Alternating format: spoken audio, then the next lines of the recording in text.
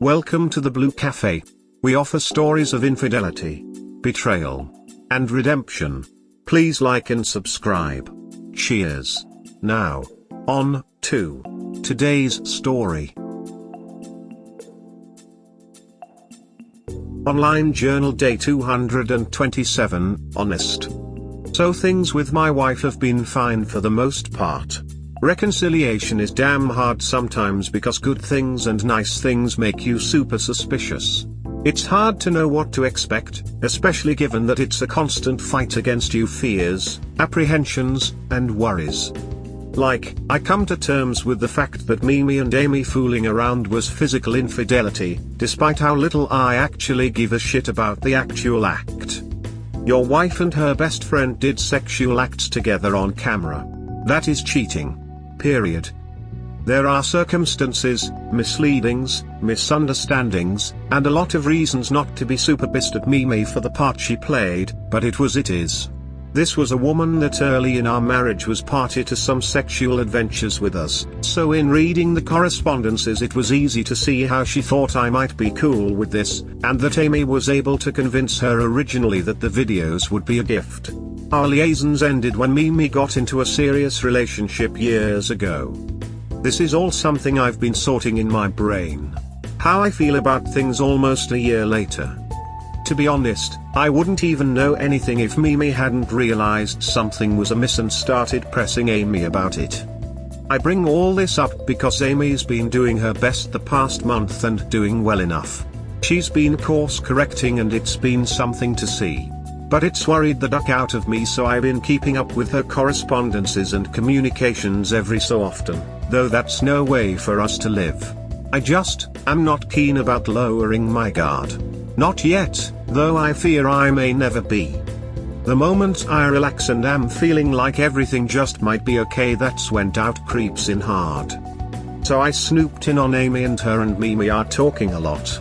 For anyone new to my situation, I did not make never speaking to or hanging with Mimi again a condition of our reconciliation. Firstly, because it isn't Mimi's fault that Amy misled her. Most women think, and if I'm being honest rightly so, that men would find getting videos of their woman in girl-on-girl action as a gift would be considered hot. But more than that, if I'm not going to tell her to break ties with a friend who I've literally seen together with her in baby pictures for my own insecurity. That, and I'm still not too ducked up about what she did with Mimi. If I'm totally honest, if it wasn't for the showing the entire ducking internet your pussy and having one of the thirsty-ass fans sexting you and offering to pay you for sex, I don't think I'd have had an issue. If I'd have gotten a dongle saying me and Mimi made this for you as a gift, and saw what I saw, I'd have been like, oh baby, that's hot. Again, it was the lying, the sneaking around, the gaslighting, and the showing millions of people online your naughty bits that I had a problem with. Also, yeah, sexting and doing private streams with a fan because he's sending you money you don't need because it's geeking up your ego. That's the issue for me, and all the dishonesty about it. With that said, Amy had an incident that she's not been telling me about. Her and Mimi have been talking about it and trying to work through it, and I've got to pretend to be oblivious. Surprise, surprise, at her job one of her clients recognized her. Seems having on sexy cute little masks do very little when you have recognizable marks like tattoos or freckles and shit. Amy had a big freak out weeks ago after that girl's night out and has been trying hard since then. But this shook her to the core. Mimi isn't shook by being recognized. She had another account for a while, and was recognized from time to time. Her and her boyfriend Buff Doug are apparently very gracious about it. Unlike Amy, who did what she did for the pure gratification and ego stroking of it, Mimi's aims were monetary, and apparently she did very well, high six figures well. Mimi has been trying to be the voice of reason from what I can tell. Not letting Amy off the hook for misleading her and going behind her back to deal with fans one-on-one, or doing private streams, something she explicitly warned her against. And this is funny, because in going back and reading their texts, Mimi was super specific about that. Mimi has also been very matter-of-fact about Amy's fears. Amy believes that reconciliation will not work, because I will never trust her again. that I will always imagine her doing something, straying when and if her self-esteem is threatened or if someone starts stroking her ego. I like that Mimi told her that she's done very little to assuage those fears. Amy is apparently scared that every other woman is a better option and was before she ducked up. She's apparently being told by both her therapist and family that though she has legitimate concerns and grievances with me, some of which I will name at a later date, that most of the problems seem to stem from her own lack of maturity. Her mother flat out told her that though I would be the one to cheat on her. Mimi said she was spoiled and has always told her that. Which is a bit vindicating. There's more to their conversation, specifics, but I more want to talk about the aftermath, though I will say this, they talked at length about an incident recently that has Amy super shook. Amy had come out of the blue and hugged me, sat on my lap and told me, "You know I love and appreciate you, right?" And my response was less than stellar. I said okay really slowly while looking at her confusingly. Then I asked her what was wrong. She smiled and laughed off my reaction, said she just saying it, and then asked me is it strange for her to say it. I then thought about it for a moment and said, kinda. I'm the type who says I love you a lot, or that I appreciate you a lot. I live by the idea that doing things out of the blue is better than doing them on a set date. Like a gift means more if you get it on a random day, rather than a birthday. Means they're thinking about you. Same with affirmations of love and appreciation. They should be frequent, but spontaneous. I'm like that. Whenever I think, hey, when was the last time I said that, I say it. Amy, not so much. It's not that she doesn't ever say she loves me, it's just infrequent. It's sort of taken as a given. So when I hear it, I think she wants something or something's wrong. Apparently that shook her, though at the time she played it off, but apparently she later cried herself to sleep about it and it's come up in conversation multiple times with her fams and Mimi. Amy's been trying hard and doing her best. Trying to keep things cleaned, though she's still absent-minded about a lot of things. She's trying to show appreciation and do things I've always told her she needs to do. Like keep her space clean, don't do gross stuff like leave food all around the house, come spend time with me without prompting, take an interest in what I'm doing, and talk to me. She's one of those people who say they are a listener, but really they just have nothing to say. They're hard to have a real conversation cause they just don't have opinions they want to share and you feel like you're just talking at them, which makes me feel uncomfortable. She's come by and sparked up random conversations and at least she says she's been happy that whenever she has I've immediately given her my attention. I find it interesting that she says that no matter how silly something she wants to talk about is, I give it serious consideration. The truth is my mind is always going a mile a minute and if you present anything to it, it starts analyzing and dissecting it to holy hell. She started a conversation asking me if I remembered Hubba Bubba, bubble tape. Which I did, but didn't care for its chalky taste and the fact that the flavor went away so quickly. Apparently she was surprised that I had in-depth thoughts and opinions on gum, though she's never seen me chew gum. I have a lot of thoughts and opinions on everything. I particularly like Big Red as a kid, though it too lost flavor too quickly. I don't like the gums that start off hard, or any gum that comes with the plastic and the aluminium on the back. Fruit Stripe tasted the best but were really bad on dying in flavor quickly, and Trident has the best orange flavor, though I often wondered why I could never find gum in grape flavor. Which led to us discussing why grape soda, grape slushy, and grapes in general were amazing, and grape juice and grapefruit snacks are piss. I noticed that fruit snacks tended to have a bad grape to orange ratio. Either way, the point is we talked about random shit. Like I like that. Just talking. Sometimes I feel like people only talk to me when they need something, or there's a problem. Like there has to be a point to conversation. Sometimes you have weird or interesting ideas that you can share with others who will in turn share theirs with you. I like conversation. I like hearing about things like that from people I know. I like wondering what part of the personality I know lead to the opinion they have. Things have been nice, though I know she's struggling internally. I'm trying to do my best to be receptive and supportive, but sometimes, I worry. I've been told that it's been less than a year and that no one should expect my guard to go down or for me to relax my vigil on her behavior. But I know a relationship cannot survive the level of mistrust that I still have. But I also know that thinking that would go away in less than a year's time is foolish. Things are improving, they are. But, it's not been long. I know folks will call me gloomy or pessimistic, but consistency is probably the only thing that will save this. Good do right for a right amount of time, you know. At least if you want me to relax my vigil, my guard is never going back down. Surprise, surprise, at her job one of her clients recognized her. Seems having on sexy cute little masks do very little when you have recognizable marks like tattoos or freckles and shit. This was inevitable. Someone always makes copies.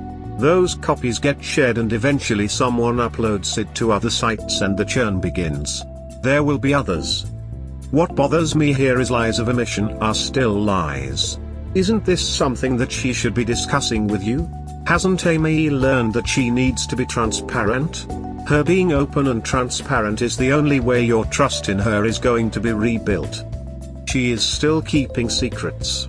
I get why you stay because she is trying, but how much do you have to suffer before she gets out of her own ducking head? I hope you are taking the right path and not prolonging a quiet suffering, my guy. I really do. To be honest, I'm not really suffering. I'm kinda of frustrated because I'm wondering, have I been an enabler?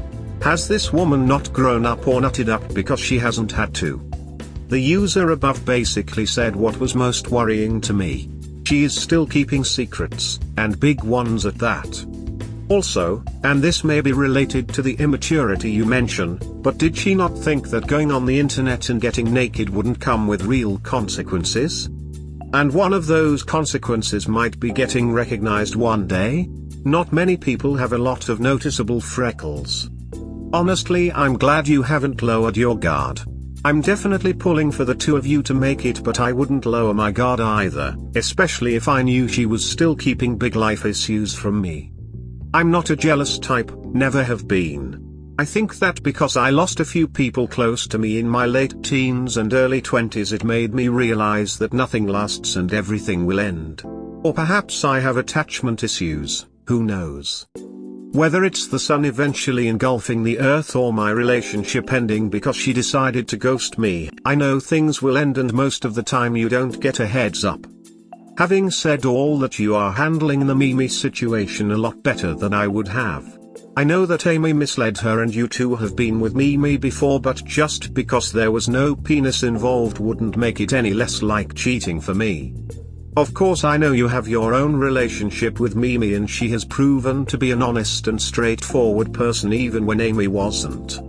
The other point you made about Amy saying words of love and affirmation on some sort of schedule or because of something instead of just because she feels them would worry me as well. You said you say them when the feeling comes to you, which is often, or when you think it's been a while since you've said them. I'm the same way. There doesn't need to be a reason to say them other than that they're true. And they are important to vocalize and to hear. Sorry, that ended up being more about me than you and your situation. It does seem like things are getting better and I know you two are working on things. It's just frustrating when all you want is someone to be honest with you, even if it hurts your feelings, yet it still feels like there is a layer between you. Like how you describe her, she really seems entitled, and her shock at realizing her behavior is not completely related to her low self-esteem says a lot. She hasn't fully gotten it, and her defensive crap like not talking to you still feels like you're right. Maybe she hasn't had enough repercussions. Her damn best friend seems like a much better person compared. Jesus. That's exactly what has happened. Everyone has enabled her. She hasn't had to face reality or real consequences before now. This reality check is going to be a hard pill for her to swallow. She should probably up her sessions with her therapist. Also, if you haven't, thank Mimi. That woman, despite being your wife's bestie, has had your back. I can't imagine being in that position as best friend or best friend's husband. Subconsciously I think she was ready to tell you herself. Otherwise why try to pressure your friend to tell the truth when you know her husband is in the house she wanted you to overhear? She is still keeping secrets. You may not be bothered by it today, but don't be fooled by your current feelings. This could escalate. If she wants to properly reconcile, she has to trust you. If this was me, I would have divorced her. This is too much emotional baggage to be carried. I ducking dunked. So. Weight's down to 226 and my fat percentage is down to 29.7, but that's not what I am excited about. We were bawling, other Doug, Calvin and some rando, and we're up against some other folks at the park. I'm not sure who they are, though I seen the Middle Eastern guy a few times. Dude's got mad ball handling skills. Anyway, we're doing well. I've got way more energy than like ever, and I'm setting screens, I'm running up and down the court, and I even got a step back three from the corner. I'm ducking feeling myself. Then I get a screen from Calvin and I run to the hoop and get the pass and ducking rando yells out dunk that shit. I'm 6 feet 3 inches, but I haven't dunked anything but donuts in like ducking years. Like, and even then it was some barely up there dunks. So I'm like what the hell, and I go up, 2 hands, and I slam that shit. Fingers gripping the rim and everything. I was so surprised I didn't let go in time and lost track of what I was doing and fell on my back. Shit was painful, but I didn't care. Everybody was hype. I'm on the ground like screaming and shit, like we ain't only at 7 points in a 21-point game. And the dunk only counts for 1. But, I'm just so ducking lit. I pay for it later cause it took a while to move right after the fall. Got a big ass bruise on my hip, right by my ass where I first hit, and my back is sore. But ducking I dunked. A real ass dunk. You don't understand how proud that makes me. I tried to dunk twice more and just got rim grazers. I couldn't get up like I did on that big dunk. Oh, I'm gonna be working the leg press and shit and doing the standing hops. I felt that shit. I really did. And I wanna do that again. Oh my god, I dunked. Ducking hell yeah. I have no idea why dunking feels so good, but it does, especially the 2-hand throwdown. I mean, I get that it's sports and it feels good to compete and to dunk, which like maybe 20% of the planet can do. That percentage may be way too high. But there is something more to it than that. There is something primal about just punching that shit through and hanging/bending the rim for a second. If you asked if I could shoot threes like Steph Curry or dunk like Charles Barkley in his prime, I would take Barkley all day. Dude was barely 6 feet 6 inches and would be standing flat-footed under the basket with 3 guys hacking him, and he would just erupt straight up and break the rim, and there wasn't anything you could do, short of wrapping him up with both arms before he jumped. Clearly I'm a Barkley fan. Emo in his day, he was almost Jordan's equal offensively. Offensively only, obviously. Jordan played better D, he was a better shooter and he was better in clutch time, although Barkley was no slouch either. Not to mention he's gone on to have this amazing second career on TNT and won 4 Emmys. I haven't dunked anything but donuts in like ducking years. Brilliant, mate. Way to go, unfettered dunk master. Sign this MF up. Rotful Mau. Congratulations.